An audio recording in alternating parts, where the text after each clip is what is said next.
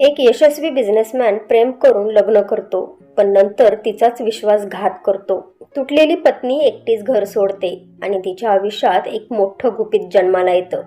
वर्षांनी तो परत येतो, पण त्याला तिच्या आयुष्यातील सर्वात मोठा धक्का तेव्हा बसतो जेव्हा ती पुण्यातील एका मोठ्या बिझनेस कॉन्फरन्समध्ये प्रचंड गर्दी उसळली होती. सभागृहात मोठमोठे उद्योगपती, तरुण उद्योजक आणि नव्या कल्पनांनी भरलेले विद्यार्थी एकत्र जमले होते. त्या गर्दीत एक व्यक्ती विशेष उठून दिसत होता. रोहन देशमुख. फॉर्मल सूटमध्ये, आत्मविश्वासाने भरलेला आणि प्रत्येकाच्या नजरेत आदर मिळवणार. त्याने खूप कमी वयात स्वतःची कंपनी उभी केली होती आणि त्याचं नाव आता पुण्यातील यशस्वी बिझनेसमॅनमध्ये घेतलं जात होतं. पण त्या दिवशी त्याच्या आयुष्यात एक असं वळण येणार होतं ज्याची त्याला अजिबात कल्पना नव्हती. त्याचवेळी स्टेजच्या मागे एक मुलगी शांतपणे उभी होती. सायली देशपांडे. साधी पण आकर्षक व्यक्तिमत्व, डोळ्यात स्वप्न आणि चेहऱ्यावर एक वेगळी स्थिरता. तिने MBA पूर्ण केलं होतं आणि तिच्या विचारात नेहमीच काहीतरी वेगळेपण असायचं. जेव्हा तिचं नाव पुकारलं गेलं तेव्हा ती स्टेजवर गेली आणि आत्मविश्वासाने बोलायला लागली. बिझनेस म्हणजे फक्त पैसा कमवणं नाही, तर समाजाला काहीतरी परत देणंही तितकंच महत्त्वाचं आहे. तिच्या शब्दात एक प्रामाणिकपणा होता जो थेट लोकांच्या मनाला भिडत होता. रोहन तिचं बोलणं ऐकत होता आणि नकळत त्याचं लक्ष पूर्णपणे तिच्याकडेच होतं. ही मुलगी वेगळी आहे, तो मनातच म्हणाला. कॉन्फरन्स संपल्यानंतर तो तिच्याजवळ गेला. तुझं प्रेझेंटेशन खूप इम्प्रेसिव्ह होतं, तो हसत म्हणाला. सायली थोडी हसली आणि फक्त म्हणाली, थँक्स. त्या छोट्या संभाषणातून एक नवीन ओळख सुरू झाली. पुढच्या काही दिवसात त्यांची भेट वाढू लागली. काही शॉपमध्ये चर्चा, बिझनेस आयडियावर वाद, कधी हलकं फुलकं हसणं. हळूहळू त्यांच्यात एक वेगळंच नातं तयार होऊ लागलं. सायली रोहनला जमिनीवर ठेवायची आणि रोहन तिला मोठं स्वप्न बघायला शिकवायचा. एकमेकांच्या सोबत त्यांना स्वतःला पूर्ण वाटायला लागलं होतं. आणि एक दिवस रोहनने तिला विचारलं, सायली, तू माझ्यासोबत आयुष्य घालवशील का? सायलीच्या डोळ्यात आनंदाश्रू आले. हो, एवढंच ती म्हणाली. पण त्या एका शब्दात तिचं सगळं प्रेम होतं. त्यांच्या लग्नाला मात्र घरच्यांचा विरोध होता. सायलीच्या आईला काळजी वाटत होती. अगं, तो खूप मोठा आहे, तू ॲडजस्ट करू शकशील का? पण सायली ठाम होती. आई, प्रेमात ॲडजस्ट नाही, समजून घ्यायचं असतं, ती म्हणाली. शेवटी थोड्या संघर्षानंतर त्यांचं लग्न झालं. सुरुवातीचे दिवस अगदी स्वप्नासारखे होते. रोहन तिच्यावर खूप प्रेम करत होता आणि सायली त्याच्यासाठी सगळं करत होती. लग्नानंतर एक दिवस रोहन म्हणाला, सायली, तुला काम करण्याची गरज नाही, मी आहे ना, तू घर सांभाळ. सायली थोडा वेळ शांत राहिली, कारण तिची स्वतःची काही स्वप्न होती. पण प्रेमामुळे तिने होकार दिला. आम्ही दोघं एकच आहोत. रोहनचं यश म्हणजे माझंच यश, ती स्वतःला समजावून लागली आणि तिने तिची नोकरी सोडली. काही महिने सगळं खूप छान चाललं होतं. घरात हसणं, एकत्र जेवण, भविष्याची स्वप्न. पण हळूहळू काहीतरी बदलायला लागलं. रोहन आता उशिरा घरी यायला लागला. त्याचे फोन कॉल्स वाढले आणि तो अनेकदा सायलीपासून काहीतरी लपवतोय असं वाटायला लागलं. सायलीने सुरुवातीला ते दुर्लक्ष केलं. कामाचा ताण असेल, ती स्वतःला सांगायची. पण एक दिवस तिचा संयम तुटला. रोहन, तू इतका का बदललास? तिने शांतपणे त्याला विचारलं. रोहन चिडून म्हणाला, सायली, मला थोडा स्पेस दे, मला कामं आहेत. त्या एका वाक्याने सायलीचं मन दुखावलं. हा तोच रोहन आहे का जो मला प्रत्येक गोष्ट सांगायचा? ती मनात विचार करू लागली. दिवसागणिक अंतर वाढत गेलं. सायली आता घरात असूनही एकटी वाटायला लागली. तिचं स्वतःचं अस्तित्व हरवत चाललं होतं. एक दिवस ती आरशासमोर उभी राहिली आणि स्वतःकडे बघत म्हणाली, मी कोण आहे आता? फक्त एक हाऊसवाईफ? तिच्या डोळ्यात पाणी आलं आणि मग तो दिवस आला ज्याने सगळं बदलून टाकलं. सायलीने ठरवलं, आज ती सत्य जाणून घेणारच. तिने रोहनचा पाठलाग केला. त्याची गाडी एका कॅफेसमोर थांबली. सायली हळूच आत गेली आणि जिथे जे पाहिलं ते पाहून तिचं हृदय थरथरलं. रोहन एका मुलीसोबत बसला होता. तो हसत होता, तिचा हात धरून बोलत होता जसं तो कधी सायलीसोबत बोलायचा. ते पाहून सायलीचे पाय थरथर कापू लागले. ती हळूहळू पुढे गेली. रोहन, तिचा आवाज हलका पण थरथरणारा होता. रोहन दचकला. काही क्षण शांतता पसरली. हे काय आहे? सायलीने विचारलं. रोहन काही क्षण शांत राहिला आणि मग थंडपणे म्हणाला, होय, आहे माझं अफेअर. काय करणार बोल? मारणार का मला? त्या शब्दांनी सायलीचं जग कोसळलं. मी तुझ्यासाठी सगळं सोडलं रोहन, ती रडत म्हणाली. रोहन कठोरपणे म्हणाला, ऐक सायली, तू आता फक्त तू हाऊसवाईफ आहेस, माझ्या लेवलची नाही. तुला हवं ते आणून देतोय ना मी. कशाची कमी आहे का तुला? त्या शब्दांनी तिचा आत्मसन्मान जखमी झाला. तिच्या डोळ्यातून अश्रू वाहत होते, पण त्या अश्रूमध्ये आता कमकुवतपणा नव्हता, तर एक नवा निर्णय जन्म घेत होता. त्या रात्री सायली शांतपणे घरात बसली. सगळं आठवत होतं, त्याचं प्रेम, त्याचं हसणं आणि आता त्याचा अपमान. ती उठली, बॅग भरली. रोहन घरी आला आणि तिला विचारलं, कुठे चालली आहेस आत्ता? सायली शांतपणे म्हणाली, स्वतःला शोधायला. आणि त्या एका वाक्यासोबत ती घर सोडून निघूनही गेली. रोहनने साधं तिला थांबवलं सुद्धा नाही. एवढं त्याच्या डोळ्यावर दुसऱ्या मुलीच्या खोट्या प्रेमाची पट्टी होती. सायली घर सोडून निघाली तेव्हा तिच्या मनात फक्त एकच गोष्ट होती, इथून दूर जायचं. रात्रीचा अंधार, रिकामे रस्ते आणि तिच्या डोळ्यात सतत येणारे अश्रू.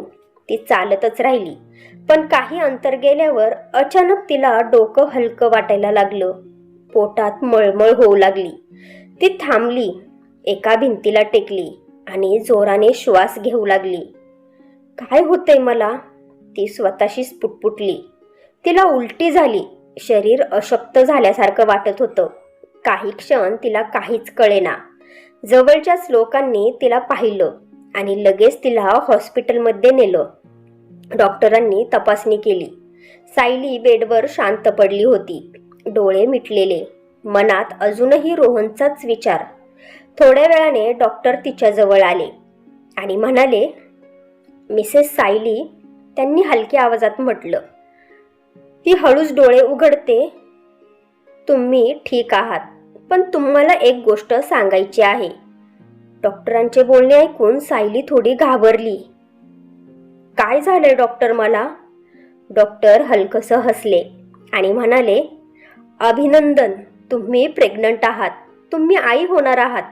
तो क्षण जणू वेळ थांबवून गेला. सायलीच्या डोळ्यात आश्चर्य, धक्का आणि लगेचच अश्रू आले. प्रेग्नंट? ती पुटपुटली. तिच्या मनात सगळं फिरायला लागलं. रोहन, त्याचा धोका आणि आता त्याचंच मूल. तिने डोळे बंद केले. 2 अश्रू हळूच गालावर वरून खाली आले. तो मला सोडून गेला, पण त्याची एक खूण माझ्यासोबतच आहे. ती काही क्षण शांत पडून राहिली. मग हळूहळू तिने तिच्या पोटावर हात ठेवला.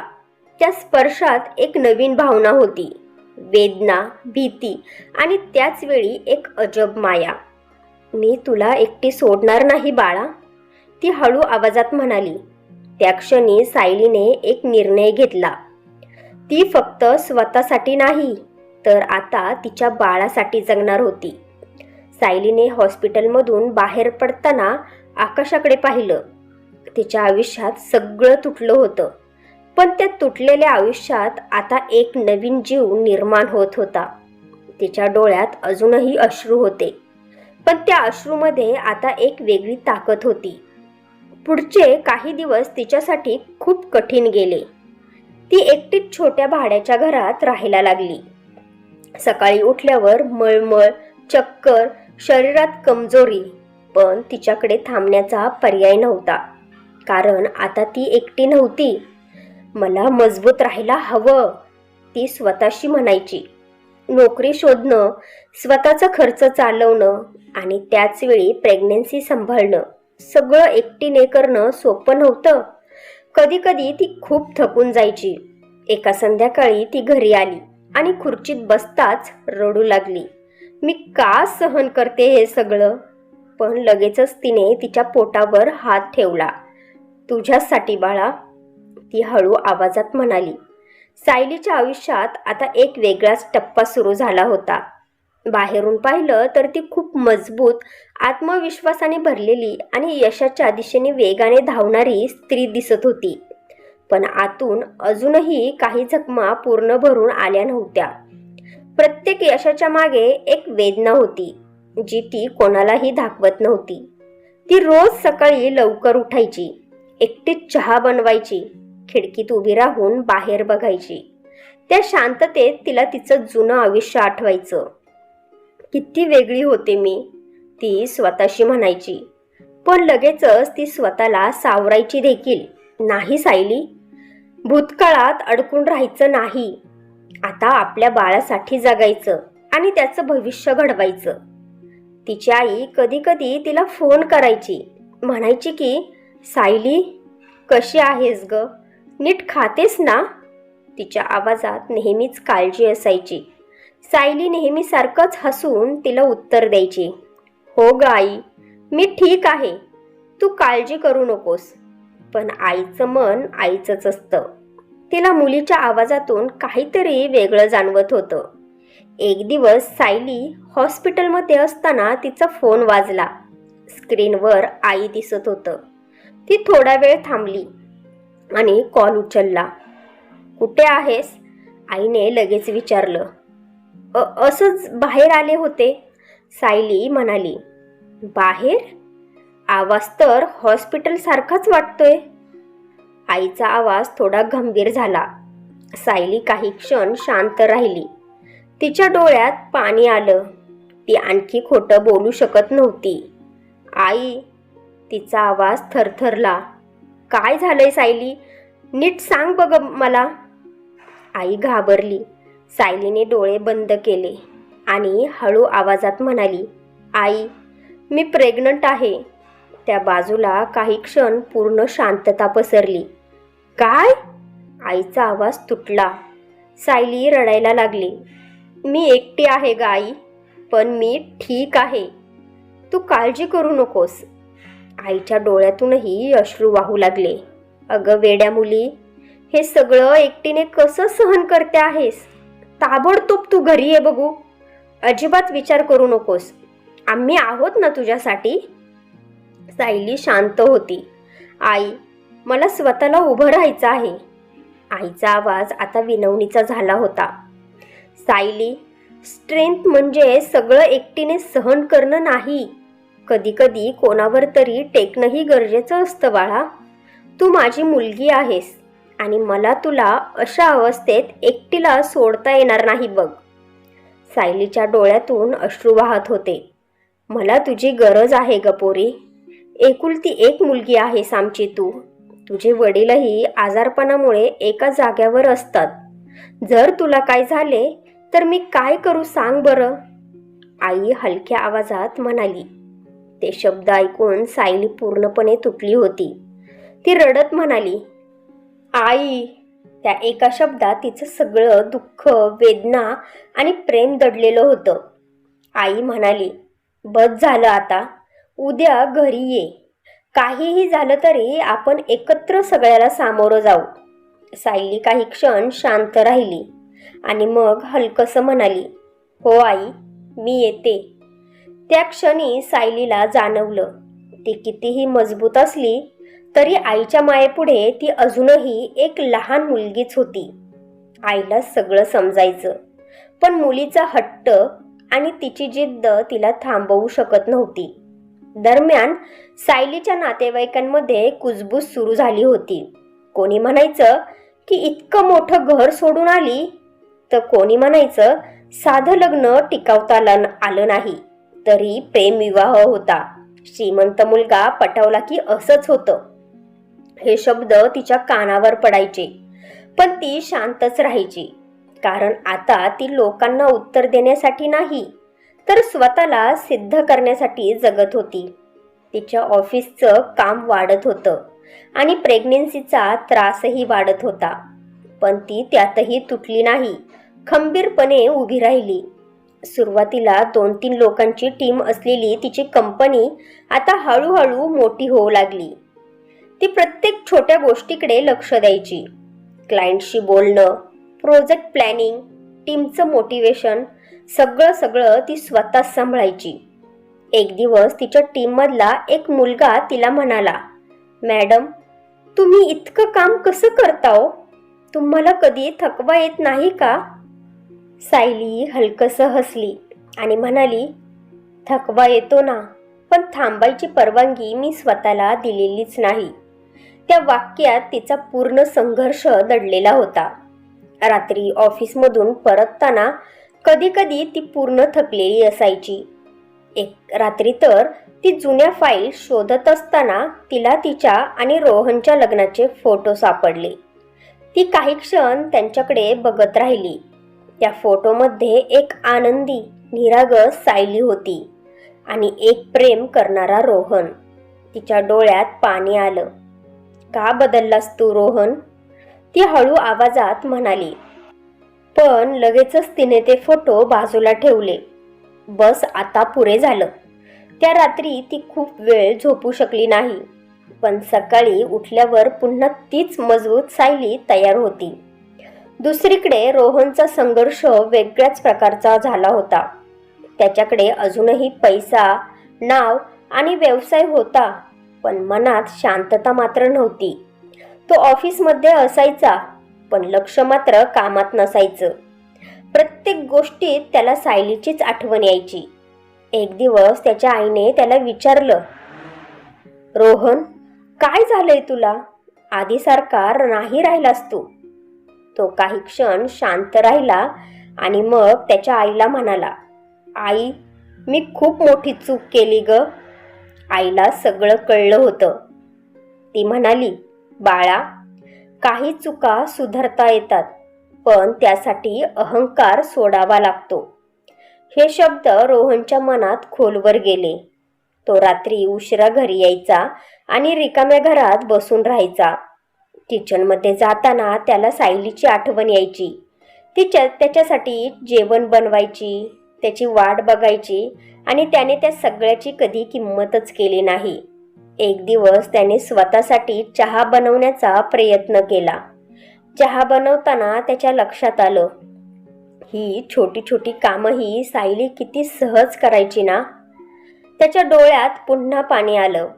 आता सायलीला 8वा महिना चालू झाला होता.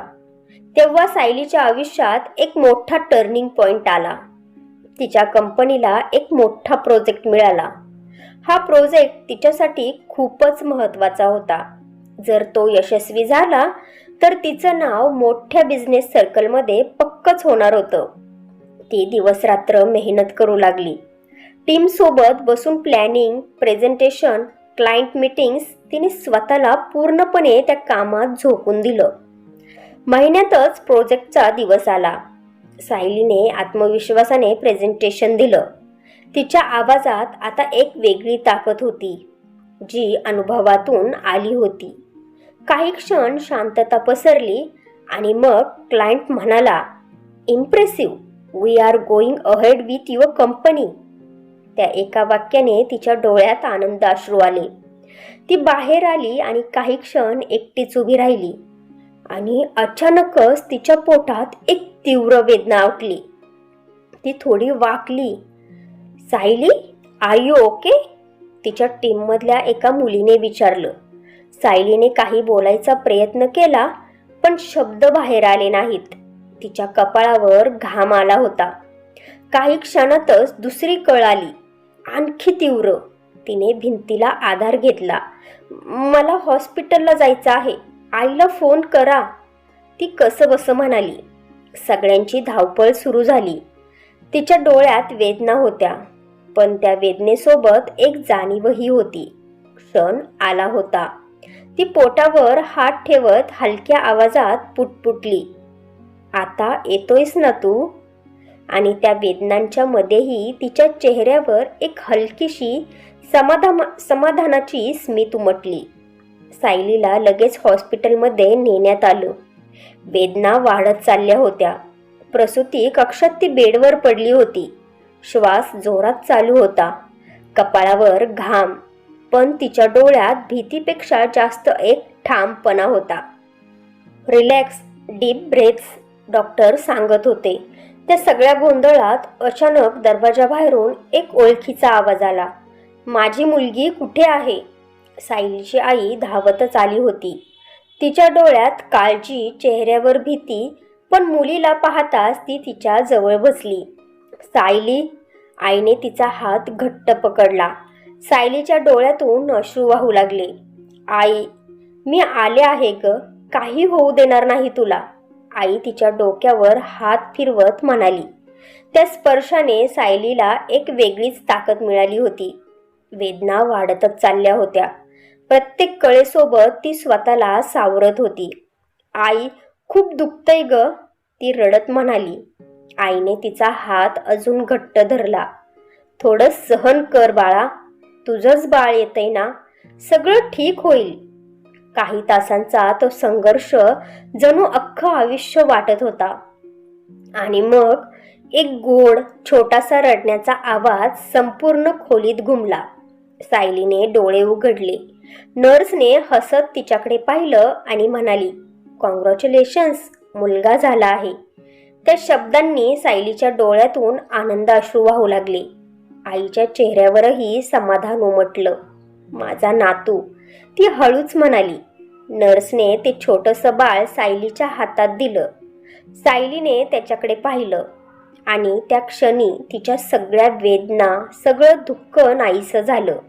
ती हळू आवाजातच म्हणाली, माझं बाळ. आई तिच्या शेजारी बसली होती, डोळ्यात आनंद अश्रू घेऊन. तू खूप मोठी झालीस सायली, आई म्हणाली. सायलीने तिच्या आईकडे पाहिलं आणि मग तिच्या बाळाकडे. त्या क्षणी तिचं आयुष्य पुन्हा नव्याने सुरू झालं होतं. काही महिने सरले. बाळाला आई सांभाळू लागली. सायलीच्या आयुष्यात आता वेग आला होता. तिच्या कंपनीने घेतलेला तो मोठा प्रोजेक्ट यशस्वी झाल्यानंतर तिचं नाव अचानक बिझनेस सर्कलमध्ये झळकायला लागलं. लोक तिच्याकडे फक्त एक उद्योजिका म्हणून नाही, तर एक सेल्फ मेड वुमेन म्हणून बघू लागले होते. अनेक ठिकाणाहून तिला सेमिनार, कॉन्फरन्स आणि इंटरव्ह्यूसाठी बोलावणं येऊ लागलं. प्रत्येक वेळी ते स्टेजवर उभी राहायची, आत्मविश्वासाने बोलायची, पण तिच्या शब्दांमागे तिच्या संघर्षाची सावली कायमच असायची. एका मोठ्या बिझनेस सेमिनारमध्ये तिला स्पीकर म्हणून आमंत्रण आलं होतं. सभागृह भरलेलं होतं. लाईट्स, कॅमेरे आणि समोर बसलेले शेकडो लोक. सायली स्टेजवर गेली. काही क्षण ती शांत उभी राहिली आणि मग बोलायला लागली. यश मिळवणं कठीण आहे, पण स्वतःला हरवून यश मिळवणं त्याहून कठीण आहे. सभागृहात पूर्ण शांतता पसरली. तिच्या प्रत्येक शब्दात अनुभव होता. लोक तिचं बोलणं फक्त ऐकत नव्हते, तर ते अनुभवत होते. त्या दिवशी प्रेक्षकांमध्ये एक व्यक्ती बसलेली होती, रोहन. त्याला माहीत नव्हतं की सायली स्पीकर आहे. तो फक्त एका बिझनेस डीलसाठी तिथे आला होता. पण जसं सायली स्टेजवर आली तसं त्याचं जगच थांबलं. तो तिच्याकडे बघतच राहिला. ही सायली? त्याला विश्वासच बसत नव्हता.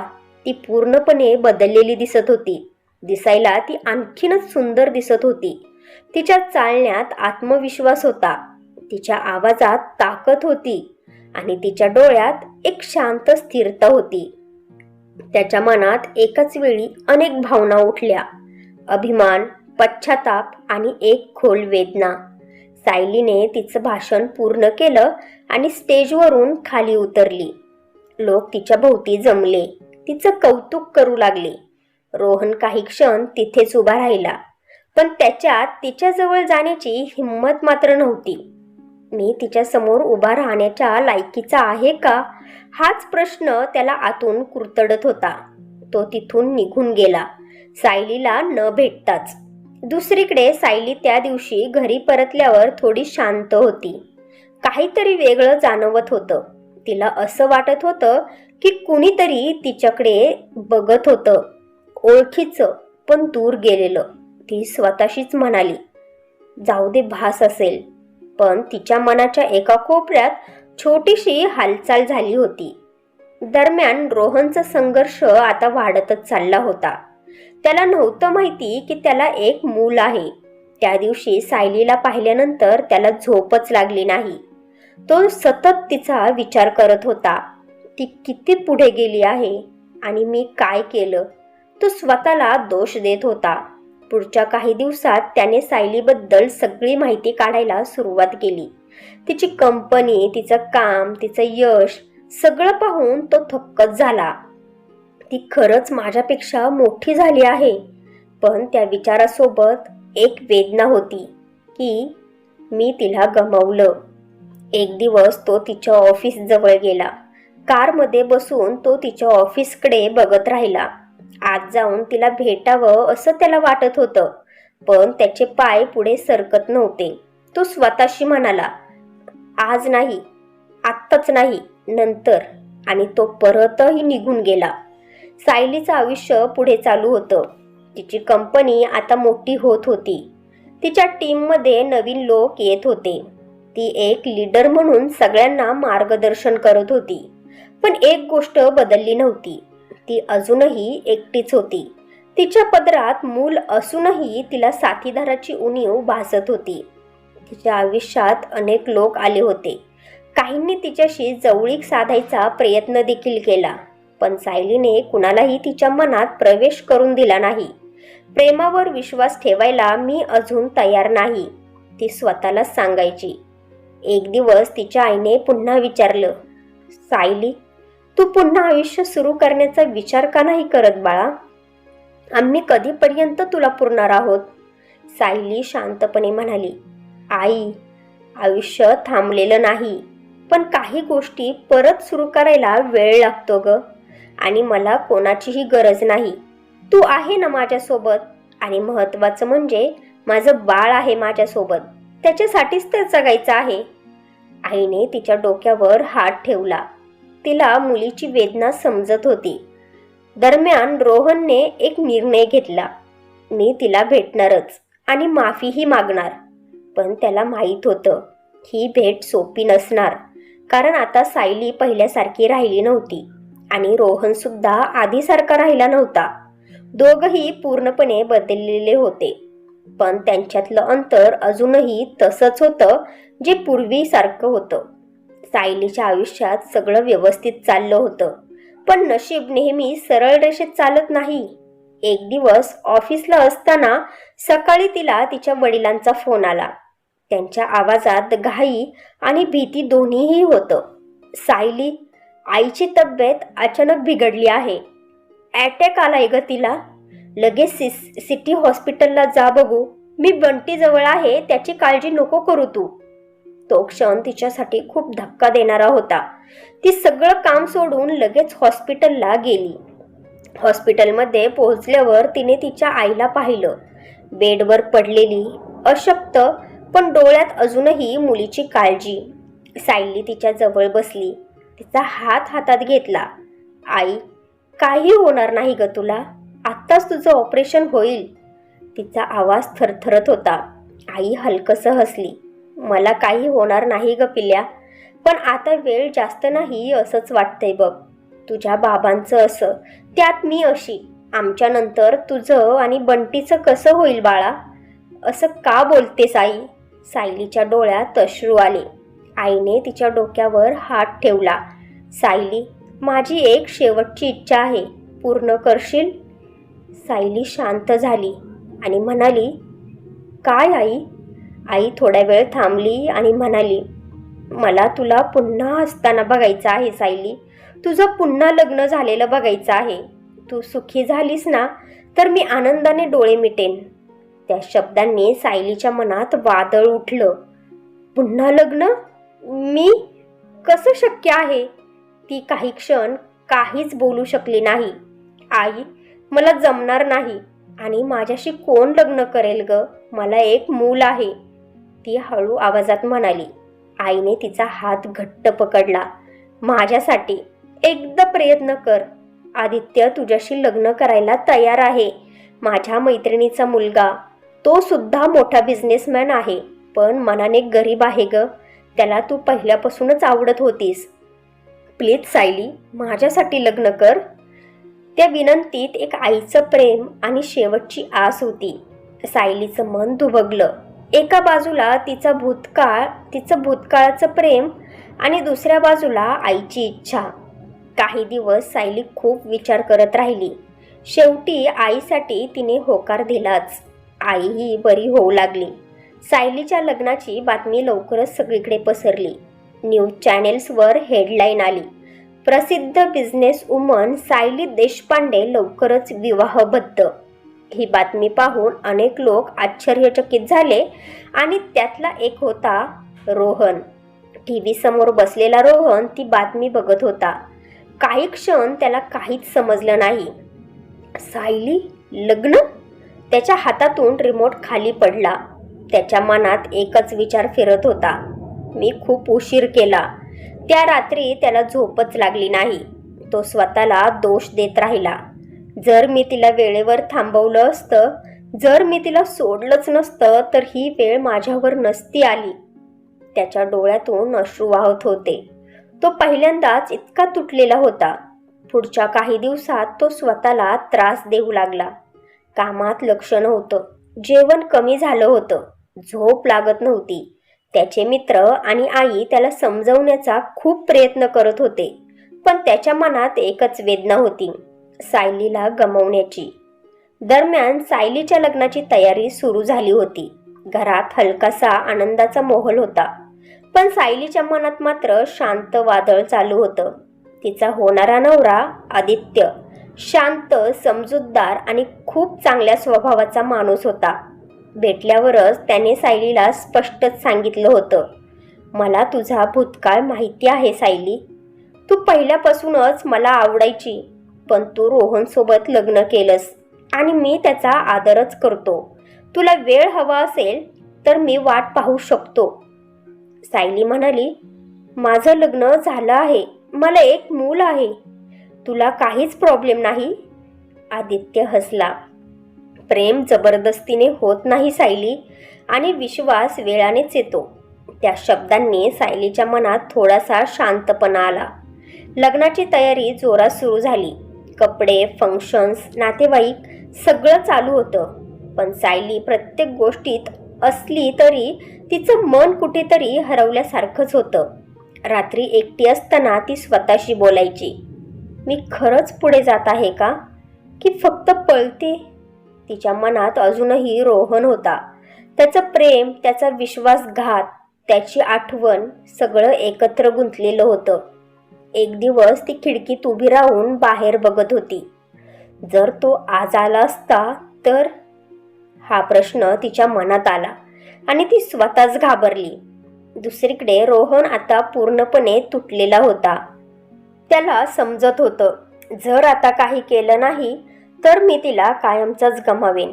त्याने एक निर्णय घेतला, मी तिला भेटणार. काहीही झालं तरी मी तिला भेटणारच. कारण आता ही फक्त प्रेमाची गोष्ट नव्हती, ही त्याच्या आयुष्याची शेवटची संधी होती. सायलीच्या लग्नाला फक्त काहीच दिवस बाकी होते. घरात लगबग सुरू झाली होती. हळद, मेहंदी, नातेवाईकांची ये-जा, हसणं, सगळं काही होतं. पण त्या सगळ्या गोंधळातही सायलीच्या मनात एक विचित्र शांतता होती. ती बाहेरून सगळ्यात सहभागी होत होती, पण आतून मात्र ती स्वतःशी झुंज देत होती. पण त्या रात्री सगळे झोपले होते. सायली बाल्कनीत उभी राहून आकाशाकडे बघत होती. वारा हलकेच वाहत होता, पण तिच्या मनात विचारांचं वादळ होतं. हे खरंच योग्य आहे का? मी पुढे चालले आहे की अजूनही भूतकाळात अडकले आहे? तेवढ्यात दरवाजाची बेल वाजली. इतक्या रात्री कोण असेल म्हणून ती थोडी घाबरली. हळूहळू ती दरवाजाकडे गेली आणि दरवाजा उघडला. समोर रोहन उभा होता. सायली काही क्षण स्तब्ध झाली. तिच्या डोळ्यात आश्चर्य, धक्का आणि न बोललेली भावना सगळं एकत्र दिसत होतं. रोहनची अवस्था खूप वाईट झाली होती. दाढी वाढलेली, डोळे लाल, चेहऱ्यावर थकवा आणि पश्चाताप स्पष्टच दिसत होता. सायली, त्याचा आवाज तुटलेला होता. काही क्षण दोघं काही बोललेले नाही, फक्त एकमेकांकडे बघत राहिले. जणू वर्षानुवर्षे साचलेले प्रश्न त्या नजरेतून विचारले जात होते. सायलीने स्वतःला सावरलं आणि म्हणाली, इथे का आलास? तिचा आवाज शांत पण कठोर होता. रोहन काही पावलं पुढे आला. मला तुझ्याशी बोलायचं आहे, एकदाच. सायली थोडा वेळ शांत राहिली आणि मग बाजूला झाली. ये आत. दोघं हॉलमध्ये बसले. वातावरणात एक ताण होता. रोहन बोलायला लागला. सायली, मला माफ कर. मी खूप मोठी चूक केली. त्यावेळी मी अहंकारी होतो ग, अंध झालो होतो. पण तुझ्याशिवाय मी काहीच नाही. सायली शांतपणे ऐकत होती. तू गेल्यावर मला समजलं तू काय होतीस माझ्यासाठी. घर, प्रेम, काळजी सगळं काही तूच होतीस. सायलीच्या डोळ्यात पाणी आलं, पण तिने स्वतःला सावरलं. हे सगळं मला आत्ता का सांगतोयस तू? रोहनचा आवाज थरथरला. कारण मला कळलं आहे की तू लग्न करते आहेस आणि मी तुला कायमचं गमावणार आहे. सायली काही क्षण शांत राहिली. मग ती उठली आणि खिडकीकडे जाऊन उभी राहिली. रोहन, तू जेव्हा मला सोडलंस ना, तेव्हा मी फक्त तुझ्यापासून नाही तर स्वतःपासूनही तुटले होते रे. ती हळू आवाजात बोलत होती, पण प्रत्येक शब्दात वेदना होती. मी स्वतःला परत उभं केलं, खूप कष्टाने. आणि आता मी पुन्हा त्या भूतकाळात जाऊ शकत नाही. रोहन तिच्या जवळ गेला. मी बदललो आहे सायली, मला एक चान्स दे प्लीज. सायली वळली. तिच्या डोळ्यात अश्रू होते. चान्स? जेव्हा मला तुझी गरज होती तेव्हा तू कुठे होतास? तो काही बोलू शकला नाही. आज तू परत आलायस कारण तुला माझी किंमत कळली. पण त्यावेळी मी काय सहन केलं हे तुला कधी कळणार नाही. त्या शब्दांनी रोहन पूर्णपणे तुटला. तो खाली बसला. डोळ्यातून अश्रू वाहत होते. मी शिक्षा भोगतोय सायली, रोज. पण मला एक संधी दे, मी सगळं सुधारू शकतो. सायली काही क्षण त्याच्याकडे बघत राहिली.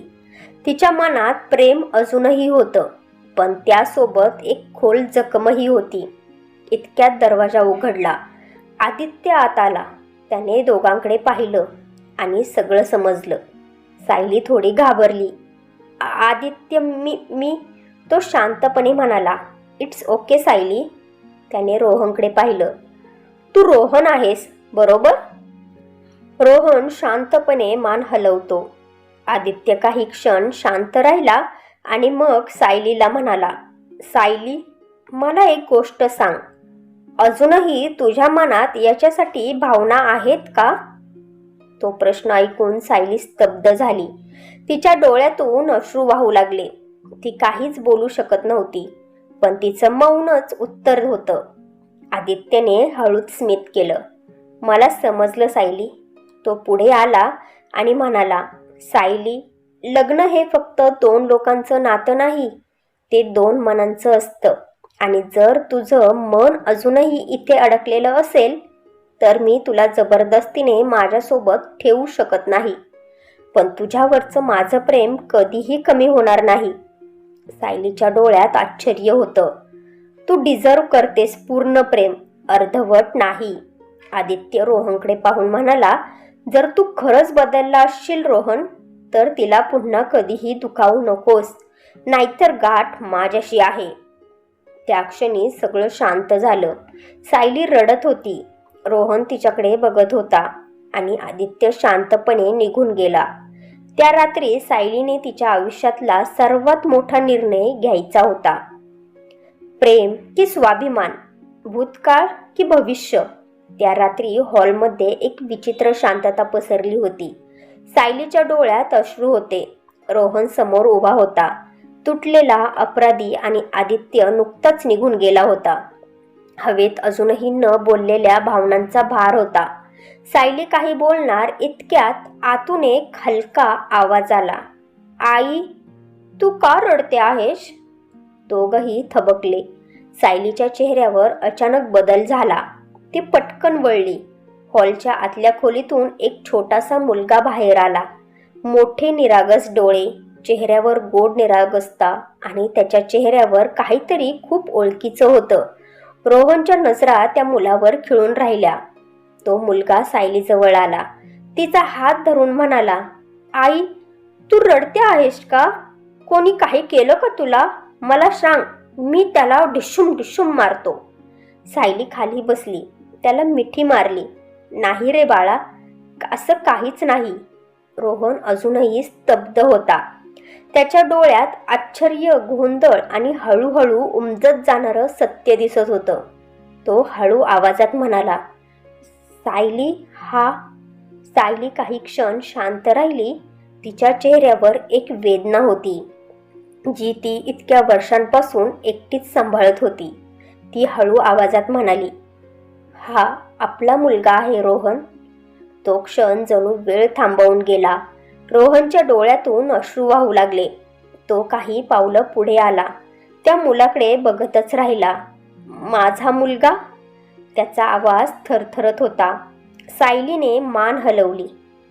जेव्हा तू मला सोडलंस तेव्हा मी प्रेग्नंट होते रोहन. त्या शब्दांनी रोहन पूर्णपणे हादरला. त्याच्या डोळ्यांसमोर सगळं फिरू लागलं.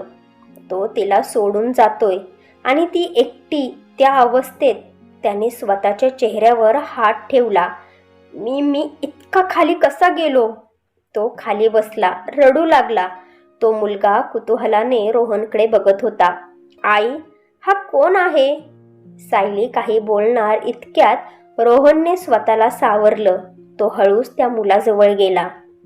त्याच्या डोळ्यात प्रेम आणि अपराध दोन्हीही होतं.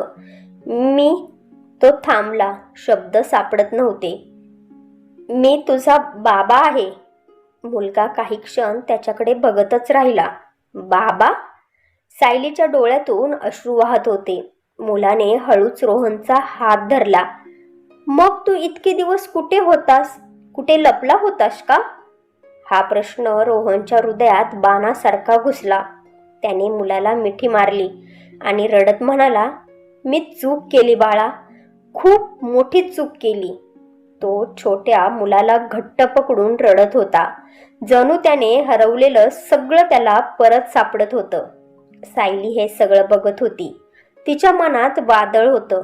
ती म्हणाली, रोहन, मी खूप सहन केलं आहे. एकटीने सगळं पेललं आहे. प्रेग्नन्सी, समाजाचे प्रश्न, संघर्ष आणि त्यानंतर स्वतःला उभं केलं. तिचा आवाज आता ठाम होता. म्हणून मी तुला इतक्या सहज माफ करू शकत नाही. रोहन शांतपणे ऐकत होता. त्याने मान खाली घातली. तू बरोबर आहेस. मला माफी मिळायची पात्रता नाही. तो म्हणाला, पण मला एक संधी दे, कमीत कमी बाप म्हणून तरी. सायली काही क्षण शांत राहिली. तिच्या डोळ्यातून अश्रू वाहत होते, पण तिच्या चेहऱ्यावर एक विचार दिसत होता. तो छोटा मुलगा तिच्याकडे पाहत म्हणाला, आई, बाबा आपल्या सोबत राहणार का? त्या छोट्या मुलाच्या निरागस प्रश्नाने सगळं वातावरण काही क्षणासाठी थांबल्यासारखंच झालं. सायली काही बोलणार इतक्यातच आतून आवाज आला, सायली. तिची आई बाबांना व्हीलचेअरवर घेऊन हळूच बाहेर आली. ते दोघे काही वेळापासून सगळं काही ऐकत होते. सायली थोडी घाबरली. आई, बाबा, मी. आईने तिच्याजवळ येत तिचा हात धरला. तिच्या डोळ्यात अश्रू होते, पण त्यात राग नव्हता, फक्त माया होती. ती हळू आवाजात म्हणाली, आम्हाला सगळं समजलं आहे ग. आदित्यने फोन केला होता. मलाही त्याने खूप छान समजावून सांगितलं आहे. सायलीच्या डोळ्यातून अश्रू वाहू लागले. बाबांनी रोहनकडे पाहिलं. काही क्षण शांतता होती. रोहन मान खाली घालून उभा होता, अपराधी, लाजलेला. बाबा म्हणाले, रोहन. रोहनने हळूच वर पाहिलं. चूक झाली तुझ्याकडून, खूप मोठी चूक. बाबा शांत पण ठाम आवाजात म्हणाले, पण माणूस चुकतो. आणि जर खरंच पश्चाताप असेल तर त्याला सुधारायची संधी मिळायलाच हवी. रोहनच्या डोळ्यात अश्रू आले. मी खरंच बदललो आहे बाबा. मला सगळं परत नीट करायचं आहे. आईने सायलीकडे पाहिलं. सायली, आयुष्य एकट्याने जगता येतं, पण सगळं एकट्याने सहन करायची गरज नसते. जर तो खरंच बदलला असेल तर एकदा त्याला संधी दे. सायली शांत होती. तिच्या मनात सगळं पुन्हा फिरत होतं. वेदना, अपमान, संघर्ष आणि समोर उभा असलेला बदललेला रोहन. तो छोटा मुलगा तिचा हात धरून म्हणाला, आई, मला बाबा हवे आहेत. त्या एका वाक्याने तिचं मौन पूर्णपणे हललं. सायली हळूहळू रोहनकडे पाहते. रोहन, तिचा आवाज थरथरत होता, मी तुला माफ करते, पण एक अट आहे. रोहन लगेच म्हणाला, सांग ना, काहीही मी तयार आहे. सायली म्हणाली, यावेळेस मी स्वतःला हरवणार नाही. माझं करिअर, माझं अस्तित्व सगळं तितकंच महत्त्वाचं असेल. रोहनने मान डोलवली आणि म्हणाला, आणि यावेळी मी तुझ्यासोबत उभा राहीन, कधीही तुझ्या विरुद्ध जाणार नाही.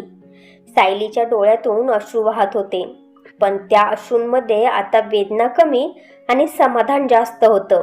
ती हळूच पुढे आली. रोहनने तिचा हात पकडला. तो छोटा मुलगा बंटी दोघांचे हात एकत्र आणतो आणि आनंदाने म्हणतो, ये, आता आपण फॅमिली झालो. आई बाबा दोघंही हसत होते, डोळ्यात आनंद अश्रू घेऊन. त्या घरात पुन्हा एकदा हसू परतलं होतं. यावेळेस अधिक मजबूत, अधिक समजूतदार आणि खऱ्या अर्थाने पूर्ण. तर मित्र आणि मैत्रिणींनो, आपण या कथेत हे शिकतो की काही नात्यांना वेळ द्यावाच लागतो. काही जखमा खोल असतात, पण जर मन खरं असेल, बदल खरा असेल तर तुटलेलंही पुन्हा जोडता येतं. तर तुम्हाला ही कथा कशी वाटली? सायलीने रोहनला माफ केलं ते बरोबर केलं की चूक, की तिने आदित्यसोबत लग्न करायला हवं होतं? तुम्हाला काय वाटतं मला कमेंट्स करून नक्की सांगा बरं का. तुम्हाला स्टोरी आवडली असेल तर लाईक करा आणि आपल्या नात्यांचा स्पर्श या चॅनेलला सबस्क्राईब करायला विसरू नका. तर भेटूयात पुढच्या अशाच छान कथेसोबत. तोपर्यंत धन्यवाद.